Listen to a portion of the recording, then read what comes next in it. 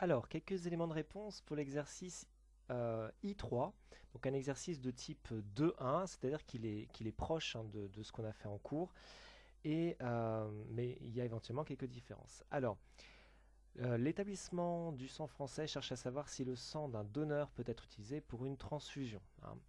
Pour éviter une éventuelle contagion, on recherche entre autres si cet individu a été récemment en contact avec le virus de l'hépatite B. D'accord? Donc on peut souligner au brouillon, ça me semble important.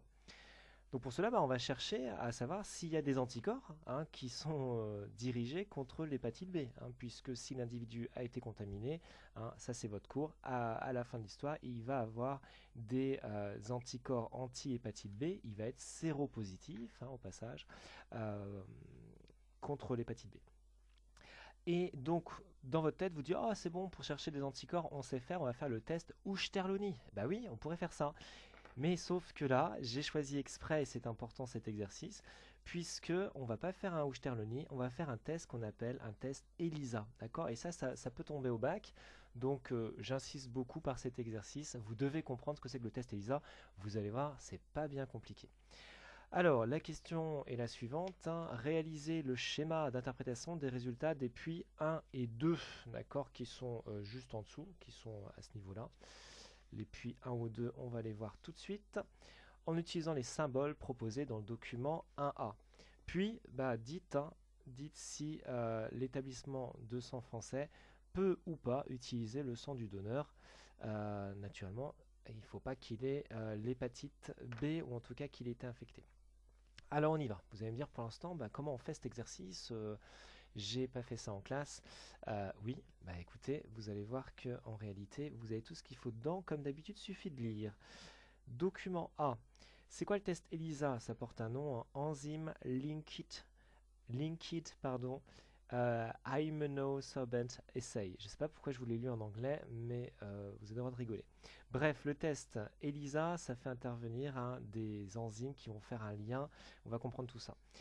En tout cas, c'est un test immunologique, exactement comme Ushtaroni, qui permet de détecter, voire éventuellement de doser, hein, les anticorps qui sont présents dans un liquide biologique.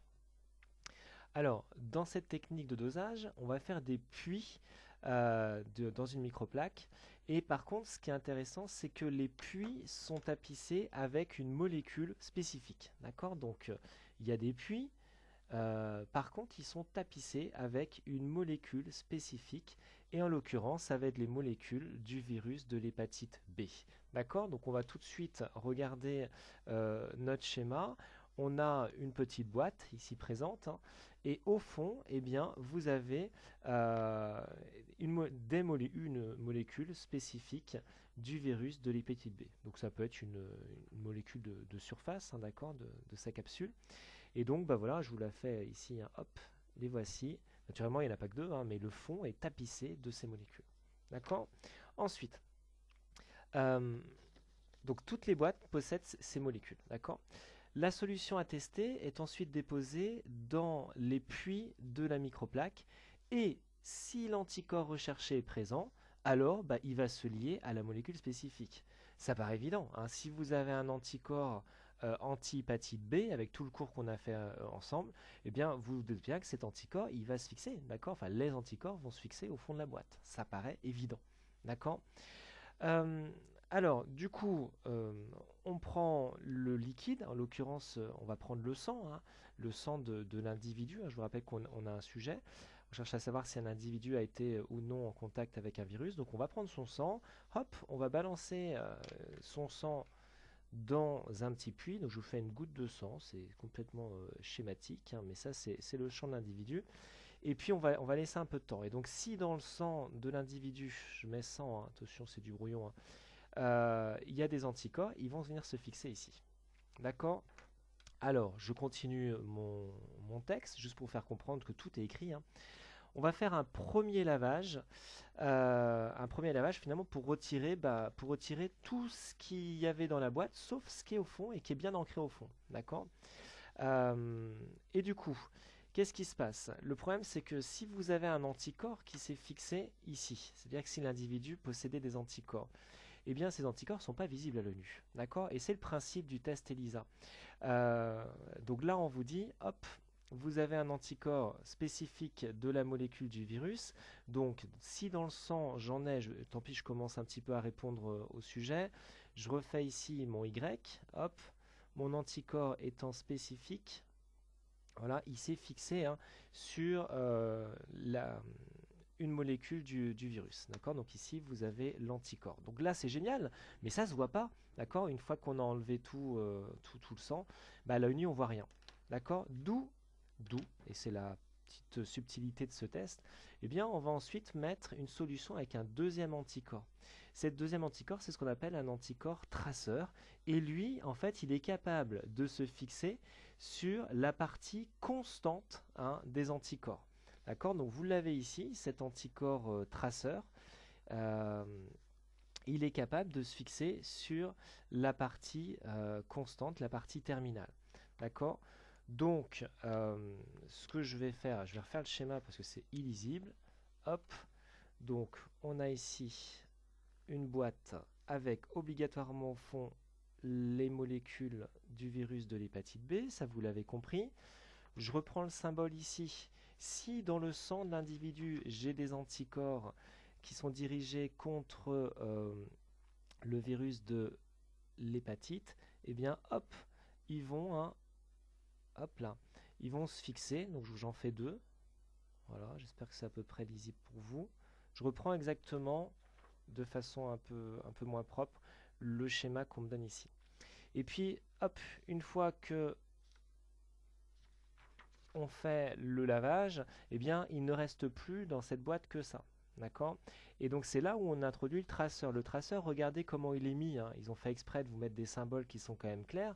C'est-à-dire qu'on voit bien que la partie variable, elle est faite pour se fixer sur la partie constante de l'anticorps. D'accord? Et je vous rappelle qu'on avait dit dans le cours que les anticorps avaient la même partie constante. Voilà pourquoi ça marche si bien ce texte. Donc, mon anticorps traceur, si je dois le dessiner ici, hop, je vais faire sa partie variable. Alors c'est vraiment pas très beau ce que j'ai fait. Je le fais rapidement en direct. Voilà, hop. Donc c'est tellement pas beau que je vais le mettre en couleur. Donc ça, c'est mon antigène traceur. D'accord? Voilà. Donc c'est celui-ci que je viens de dessiner. Je suis désolé, franchement c'est pas très très beau, mais vous me pardonnerez. Et là vous vous dites, c'est bon, on a maintenant, hop, dans le puits, normalement tout ça c'est dans le puits, on a nos deux anticorps qui sont fixés les uns aux autres, mais on voit rien en fait, bah oui, puisque ce sont des molécules, d'accord? Donc là encore il faut une dernière étape, parce que là on ne voit rien. Alors la dernière étape elle est marquée tout à la fin du texte. On va rajouter alors dans le puits, donc on fait un deuxième lavage, pour enlever tout ce qui est en excès, d'accord, tout ce qui ne s'est pas fixé. Et après ce deuxième lavage, on va rajouter, on rajoute une enzyme, d'accord. Et c'est ça qui est important.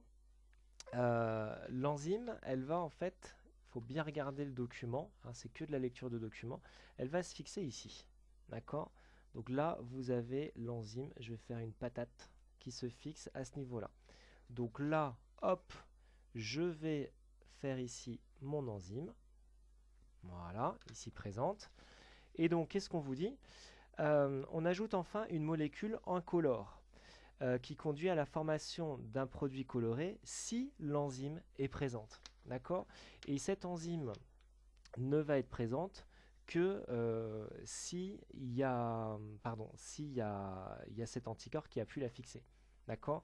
Parce que si cet anticorps n'est pas présent, s'il n'est pas présent, c'est parce que finalement il n'a pas réussi à se fixer, et donc du coup il n'y a pas d'anticorps anti-virus de l'herpès, et bien l'enzyme ne peut pas se fixer. D'accord? Et à partir de là, lorsque vous rajoutez le produit incolore, il reste incolore. Or là, notre produit, il est incolore au début, mais comme il va être en présence de l'enzyme, il va devenir coloré.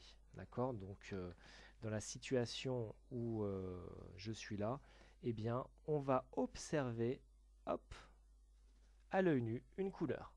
D'accord? Alors, cette couleur, c'est quoi? Je vous ai sorti normalement, si je trouve ça sur mon bureau. Voilà, voilà à quoi ça ressemble dans la réalité. D'accord? Les petits puits. Au fond, bah, vous avez les molécules qu'on cherche du virus. Ici c'est le virus de l'herpès. Et puis, bah, vous voyez, hein, vous avez différents essais. On va dire que c'est différents individus. Et puis, bah, tous ceux qui ne sont pas colorés à la fin de l'expérience, c'est qu'au final, il n'y a pas eu d'anticorps anti-virus de l'herpès. Par contre, tous les tests qui sont bleus, eh bien, ce sont des individus qui sont séropositifs et qui ont des anticorps dirigés contre le virus de l'herpès. Alors, ça peut être pour le virus de l'herpès, pour le virus du sida, hein, le VIH, etc., hein, pour n'importe quel virus. Voilà. Donc du coup, bah, je pense avoir répondu à une partie de la question, c'est-à-dire que pour avoir la couleur, c'est-à-dire notre cas numéro 2, notre individu numéro 2, eh bien, il faut que je dessine cette situation-ci, hein, que je vous ai construite vraiment progressivement. Et par contre, hein, l'individu numéro 1, eh bien, c'est quoi? J'ai pas de couleur. Donc si j'ai pas de couleur, c'est que dans mon tube, j'ai de toute façon les molécules de l'herpès, ça c'est obligatoire, hein. Mais lorsque j'ai rajouté le sang de l'individu, bah, il n'avait pas d'anticorps, d'accord? Donc il n'y a rien qui s'est fixé ici. Et s'il n'y a rien qui s'est fixé, bah, quand j'ai rajouté après la molécule traceur, elle n'a pas pu se fixer du tout, parce que sa partie variable est incapable de se fixer sur les molécules du virus de l'herpès. Et donc après, j'ai rajouté mon colorant, et mon colorant il est incolore, puisque j'ai pas d'enzyme. Voilà. Donc, donc finalement, dans cette expérience, qu'est-ce qu'on peut dire? C'est que finalement, notre individu 1 n'est pas infecté, n'a pas été infecté par le virus de l'herpès, et nos individus 2, lui, il a été infecté, mais on vous le dit hein, au passage, on vous aide quand même vachement, hop, on vous dit que ça c'est l'individu qui est infecté. Et du coup, l'individu 3, hein, celui de notre exercice, et bien clairement, lui aussi, il a été infecté par le virus de l'herpès. Donc, bah non, il vaut mieux pas prendre son sang pour le moment. Voilà, bon, c'est un peu confus, j'en suis conscient, mais j'espère que vous avez compris.